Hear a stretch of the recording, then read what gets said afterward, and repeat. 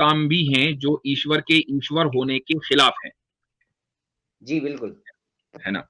तो अब सवाल ये है कि जब आपने ये माना कि ईश्वर ने वो काम किए जो उसके ईश्वर होने के खिलाफ हैं, तो जिस वक़्त उसने वो काम किए उस वक़्त तो वो ईश्वर नहीं था ना? सर ये लाइन आप बोल रहे हैं कि ईश्वर होने के खिलाफ है, ईश्वर होने के खिलाफ लाइन हम सेट नहीं कर सकते ना। उसकी वजह ये है कि अगर ईश्वर मर सकता है और वो मरा है, जी तो जो चीज़ मरी है वो मौजूद नहीं है। तो आपने जब उसको मार दिया, तो ईश्वर ईश्वर तो ना रहा। जी तो ये ईश्वर होने के खिलाफ हुई कि नहीं हुई? सर यही तो बात है ईश्वर की, कि वो हर चीज को जो भी आप ये लॉ तो लागू आपका करेंगे दावा है उसको ना। ब्रेक अरे करेगा। भाई ये तो आपका क्लेम हुआ। जी इस दावे को हमें सब्सटेंशिएट करना पड़ेगा ना। हम ये कह रहे हैं कि हाँ जी, एक ईश्वर मर सकता है, जी सकता है, ठीक है, आपका दावा है। अब जब हम उस जी दावे को, क्लेम को स्क्रूटनाइज करेंगे, तो हम ये देखेंगे कि ईश्वर जब मर गया, तो वो ईश्वर डेड हो गया। जो डेड हो गया, तो वो ईश्वर कैसा? तो अब यही तो मुझे बताइए। मैं चलिए बताता हूँ ठीक है, एक एक मैं मिनट आपको मेरी बात। जी जी जी सुनिए, जी आपकी बात तो मैंने बड़ी सब्र से सुनी है। अब मेरी बात जी सुन लीजिए आप, जी कि आप ईश्वर की सुप्रीमेसी उन हम्म चीजों के जरिए साबित कर रहे हैं कि जो एक इंसान में, यानी हम जैसे लोगों में भी, जिनको डिफिशिएंसी समझा जाता है, जी एक इंसान जब मर जाता है तो उसको ये नहीं कहा जाता कि ये इंसान है, ये कहा जाता है कि ये इंसान की लाश है, इंसान तो चला गया, मर गया। जी तो जो चीज हमारे यहां डिफिशिएंसी है, आप जी उसके जरिए गॉड की सुप्रीमेसी साबित कर रहे हैं।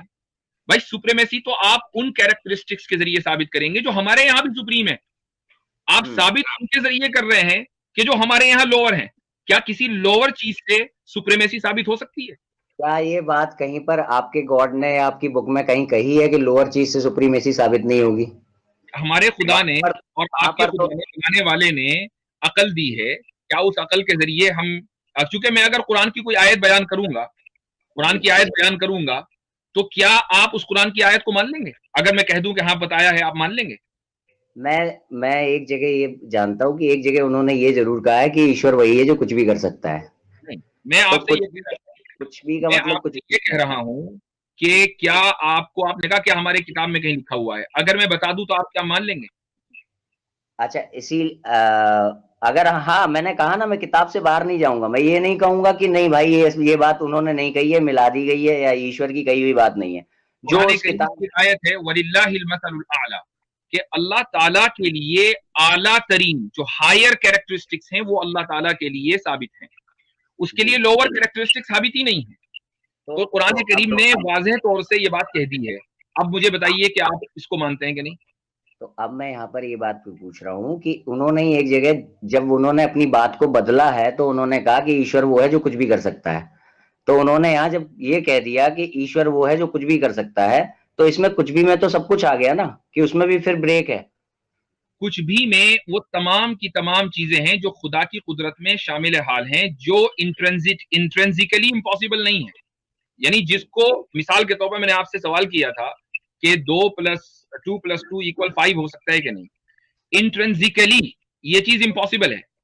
और आई डोंट नो कि अगर आप इंट्रेंसिकली का मतलब समझ रहे हैं कि नहीं। नहीं तो नहीं अगर मैं एक चीज, मैं उसको आसान जबान में कैसे कहूं आमिर भाई? इंट्रेंसिकली यानी फी हद्दी जाती फी नफ्सी, इसको क्या कैसे कहेंगे? आ, अपनी जात में ही कह सकते हैं, फी नफ्सी हाँ, ही। मतलब वो उनके लिए हम तो समझ रहे हैं। तो मैंने इसीलिए हाँ इंग्लिश का लफ्ज बोला था। आप इसको गूगल कर लें भाई, द मैसेंजर साहब, ये जो लफ्ज मैंने बोला है कि कोई भी चीज जो इंट्रेंसिकली इम्पॉसिबल होती है, वो खुदा की कुदरत में शामिल नहीं, वो मकदूर नहीं है, यानी खुदा की कुदरत में नहीं, लिहाजा कुदरत का क्वेश्चन उसके ताल्लुक से होगा नहीं।